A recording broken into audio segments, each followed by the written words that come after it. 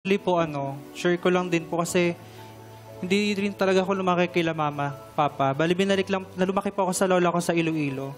Bali siguro kaya ganun po yung dedication ko na itaguyod sila, siguro kasi dahil din sa disiplina ng lola ko. Kaya nung time na binalik ako sa lola ko, nung nangihina na siya,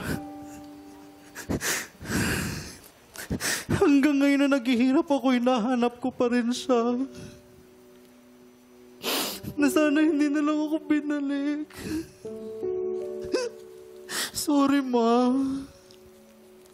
Sa hirap na nadaranasan mo ngayon, parang naisip mo, sana hindi ka na lang binalik ng lola mo dun sa puder ng nanay mo. Lagi ko pong Kasi mas maayos ka doon. Opo. Lagi ko pong pinagpipray na sana hindi na lang kinuha si lola.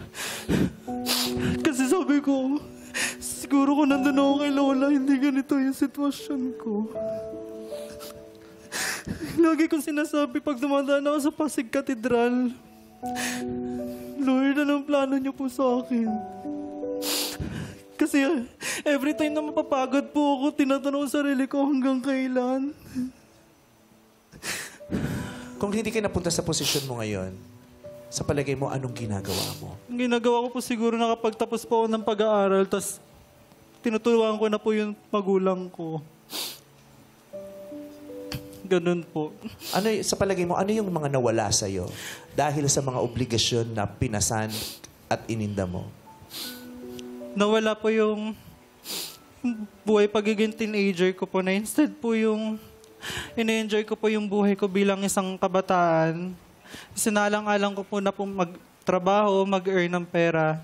And then especially yung pagtatapos ko po sa pag-aaral. Ayun po. Kasi pangarap ko din talaga makapagtapos. Ayun po.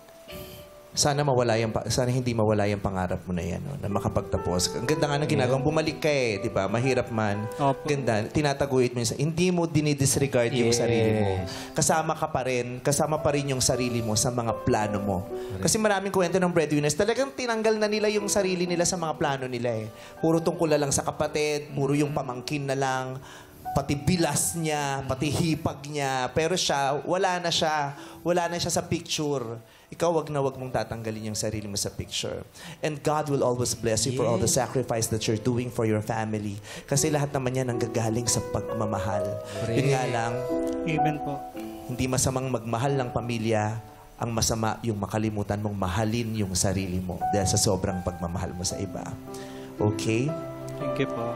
Huwag mo lang pabayaan yung sarili mo kasi alam mo naman pag ikaw yung nagkaroon ng problema, di ba? Opo. Ikaw ang sandalan nila pag bumigay ka, di paano lahat. Opo. Thank you po. Okay. Tapos,